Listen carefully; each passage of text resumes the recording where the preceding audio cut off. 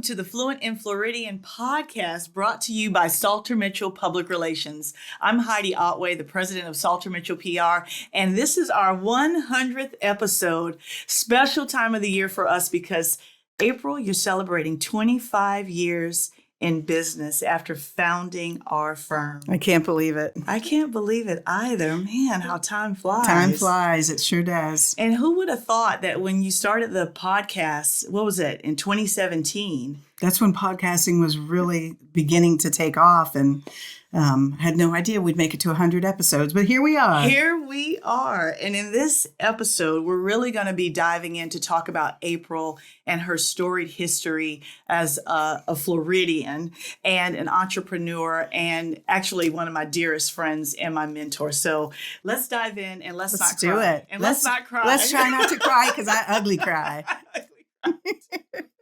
So, April, I want to go all the way back to the beginning. And I know that you grew up in Key West, which is really true Florida, right? So tell us about that experience. You know, I am very lucky that I have spent almost my entire life in Florida. I lived for about 10 years in Key West. I had previously lived in Bermuda. That was one of the only places outside of Florida that I've lived. But Key West was back in the early 70s through the beginning of the 80s. It was a very different place than it is now. And sometimes it's hard for me to go back and see the cruise ships and see just how much it's changed. But it was a very wonderful way to grow up. We always, as I look back, I have said, you'd never go hungry as a kid in Key West because there were mango trees and coconuts, and you could, there was always things to do. We'd eat sea grapes, and, it was a very different and idyllic place. You could ride your bike anywhere. I mean, the island is so small. We would take off on a little raft/boat.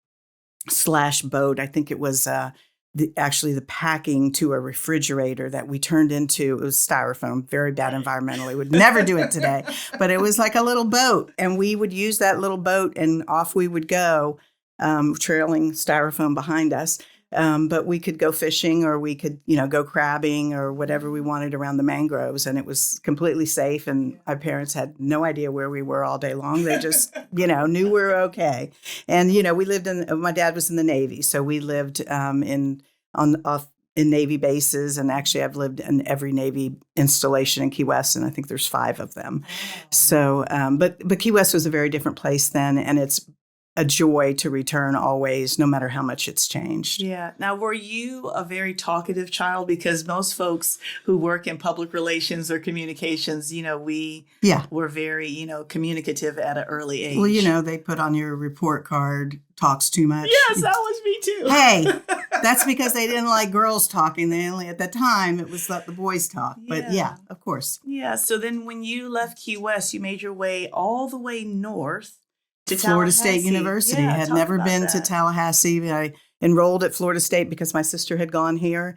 And I lived in the Southern Scholarship Foundation housing, which was wonderful. It's a terrific program that was started many years ago to allow students who are first generation college students to attend college rent-free. So it's communal housing. You live together with kids that are very different from you, and everybody has responsibilities. It was a great way for me to go to college and made it affordable. And Florida State was just a whole new world for me. I quickly jumped into the Florida Flambeau scene, and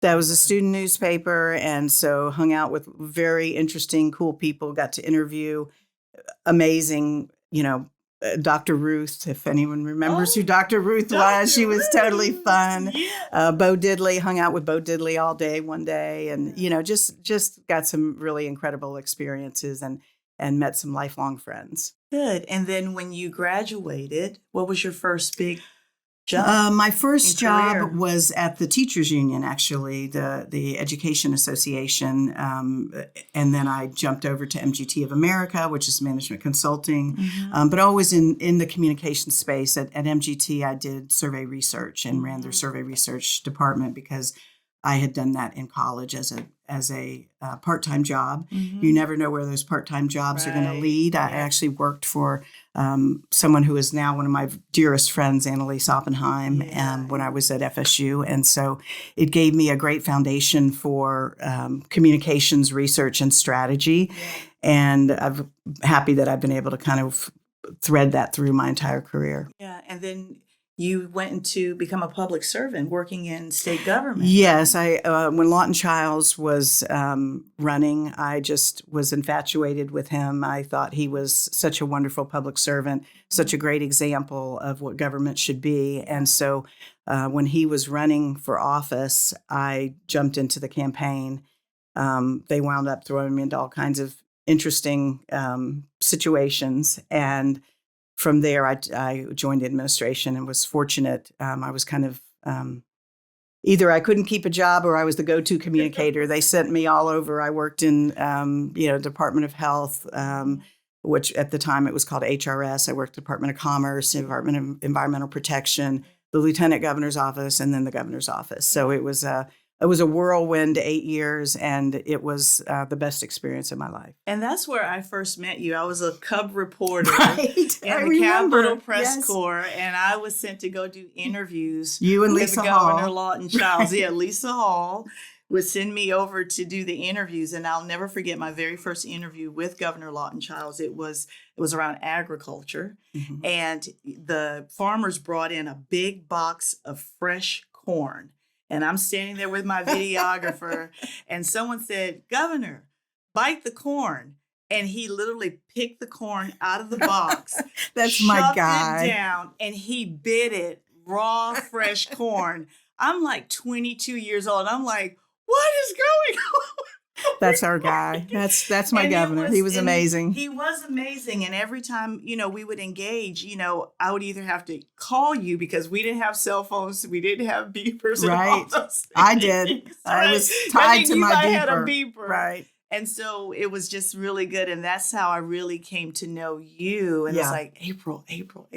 And so here we are. It's so funny. 20 What a years history. What a history. Yeah. Working in the governor's office was truly exciting. Every day was different. I have not thrown away my calendars from that time. And Wow.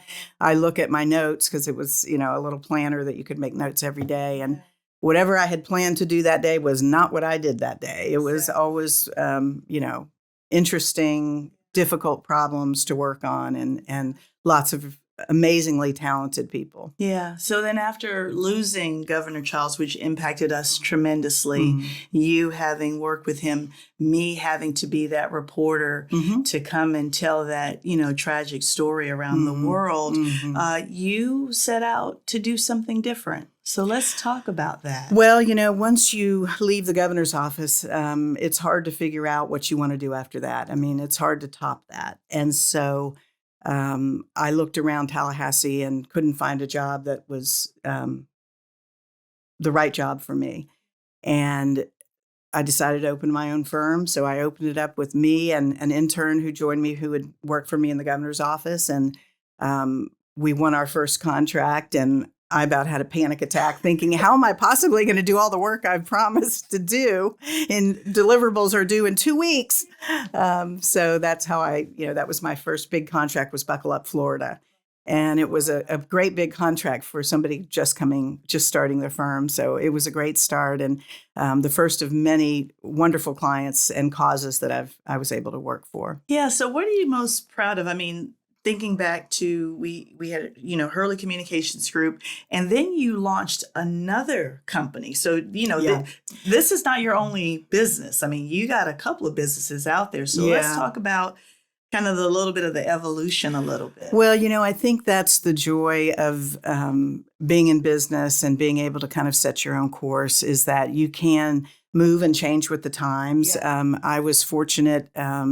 I had a longtime friend, Peter Mitchell, who approached me to start a second company after I had Hurley Communications Group. And so we started Marketing for Change, which was a wholly different advertising agency. Yeah. Had that for a couple of years, decided to merge the two companies. At a later point in time, at that point, we grew to about 50 employees. We had offices in three cities. But I was spending all my time doing administrative work, and I didn't really have time for clients or really for my own life. And so decided to kind of downsize, and we called it a demerger. So we demerged, and with my wonderful longtime friend and partner, Heidi, we started SalterMitchell PR. And we have had a lot of fun in the last few years. But, I think that the key is the evolution, change.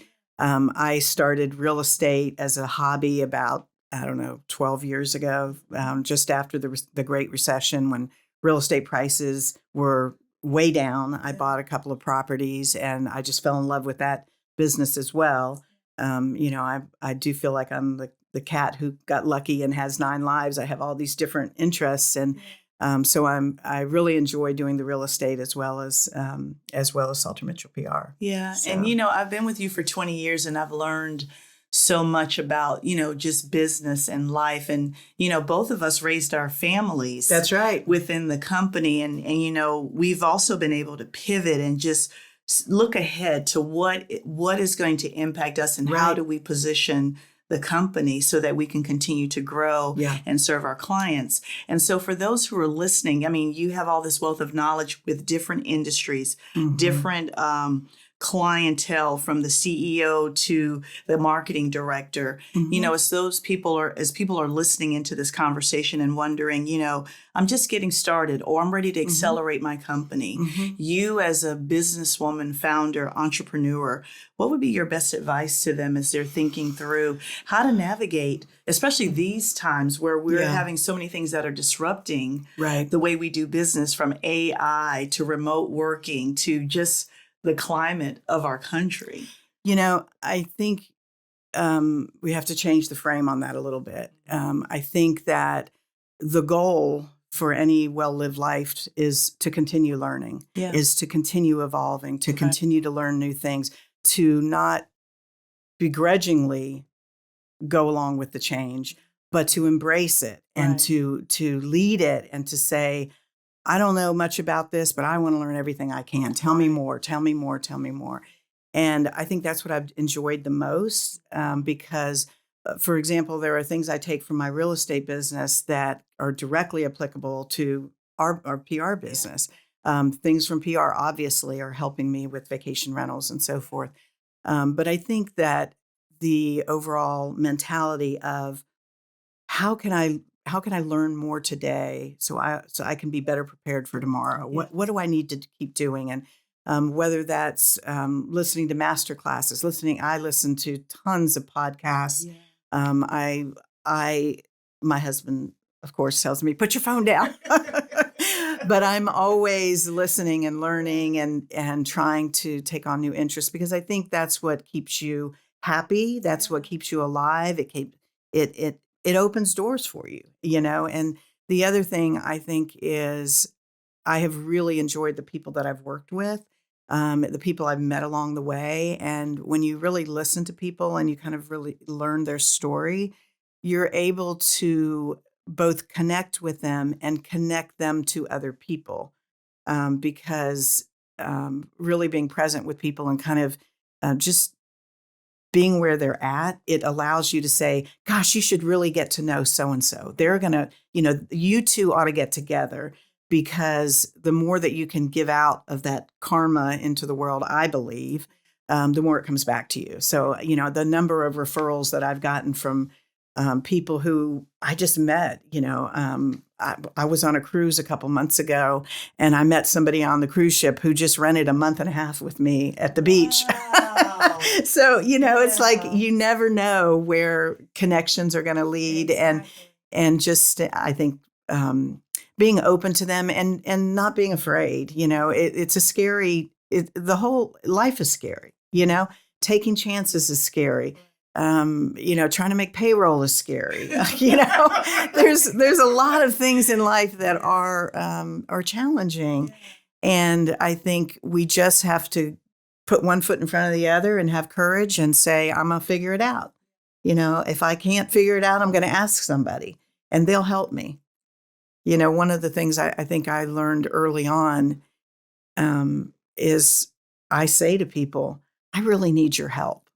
And the answer 100% of the time is, let me help you. Yes, I will help you.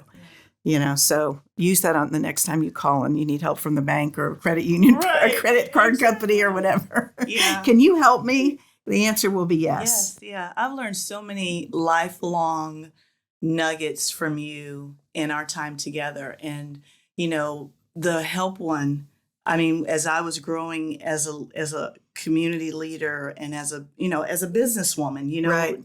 to where I'm at now, I remember you saying, if you ask for help, someone will help you, especially if your motives are pure and Right. you genuinely need that support to help Sure. you get there. And you've helped me in so many ways and opened so many doors. And so I do take that to heart. And then the other thing I really learned from you is that, always be curious. Yeah. Always be ahead and wondering, what's the next thing that's going to happen? Mm-hmm. Because if you don't know, you don't know, right? Because you always say that to me, Right. Heidi, you don't know, you don't know. So Right. go find out. Right. And so those were that and a whole lot of other little nuggets. So I'm glad you hit on those. For everyone that's listening, what she said does work. It does work. Absolutely. One of the things I'm most proud of, many years ago, I was a member of a group called the Sedona Roundtable, and it was PR firms that got together once a year, facilitated by a wonderful man named Al Croft. And we would gather once a year in Sedona, Arizona. Who doesn't want to go to Sedona, Arizona? I think that's probably why I first agreed to go to that conference. But as a result of the friendships that we made there, we kind of spun off our own group, and Al Croft had since passed away. We named our group in his honor, the Croft Society. And we're now a group of about 18, maybe 20 firms who get together once a year. And that's the whole purpose of it, is give till it hurts. So somebody says, I'm having a problem with an employee. I don't know how to deal with this. And 10 people will say, here's how I would handle it. Or here's our employee manual. We give till it hurts. We try to share that knowledge with each other because, when people need help, they need help. And that's how we all, the rising tide lifts all boats. That's Absolutely right. true. So that's what we all need to be doing, is helping each other learn and grow. Yeah. And at the core of this is relationships. Absolutely. It is relationships. And as I think about, we have the rise of social media, digital media, everyone connecting online and the Zoom calls and less of the in-persons, right? Because of the pandemic. I always try to encourage people that you need other people. You can't do this alone. And even I tell our team, I can't run this business by myself. Right. I need you. I need them. So they were all working together. And those relationships matter. Sure. So in your career, what are the relationships that you feel like, man, these are the relationships that just, Too many. I know it's too many.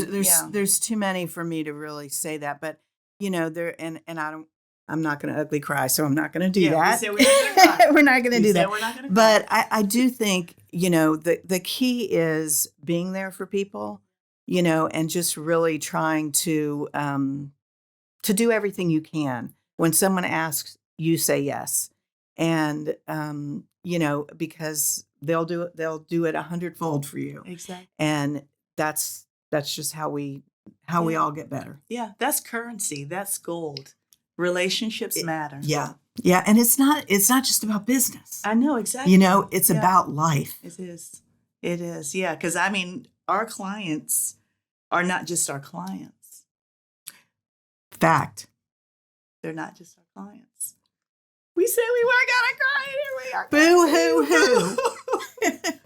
Our clients become their trusted advisors. Sure. We talk about our families. They keep me up at night. Right. When a client, it's one of the things that I love about crisis work is that, you get in down deep with people, and whether it is they're having a lawsuit, they're having, some major issue in their business that is jeopardizing the company, the reputation. And so when you get that close to people. And you begin as a PR counselor. I'm not the kind of person who can just let it go and keep it business. I'm worried about them at night. Yeah. I'm thinking, what do we need to do to help them? Right. What else could we do? What else could we do? And, it's one of the challenges of public relations, I think, is that there's always more that you can do. Yeah. There's always one more phone call. There's always one more, one more strategy you can employ for that client. And so it's hard to just kind of take a back seat and say, it isn't written in the communications plan, so we're not going to do that. Well, we do that. And I think that's the difference that having a smaller firm allows us to do. We don't have shareholders. We don't have people who are, other than you and I. Yeah. We don't. We don't have to. We can help people when they need help. Yeah. And that means a lot of pro bono work. I've been, some of the most important work I've done has been pro bono work. And it feels good to do it. Employees love to do it. And gosh, the not-for-profits really appreciate it. And, I feel like it's our responsibility. We have a skill set that is unique, and it's up to us to share that. Yeah. And it's very valuable. I mean, you can't really put a dollar amount on relationships. Right. You really can't. Mm-hmm. And that's why I think our staff even enjoys when we get to do the pro bono work when we're working on Sure. Our whole thing is about helping good causes win. Totally. Yeah. Yeah. And that's how we do it. Yep. So any closing thoughts that you'd like to share with our listeners as we celebrate 25 years of you founding the firm? Yeah. Our 100th episode of our Fluent and Floridian podcast. I just say thank you. Thank you to our current staff, our past staff. We've had some amazing people. Amazing people. And just great opportunities. So I just say, here's to another 25 years. Here's to another 25 years. Thank you all so much for listening to the Fluent and Floridian podcast, our 100th episode, Woohoo! Celebrating 25 years of April and all her awesomeness. Oh, let's go have some fun. Let's go have some fun.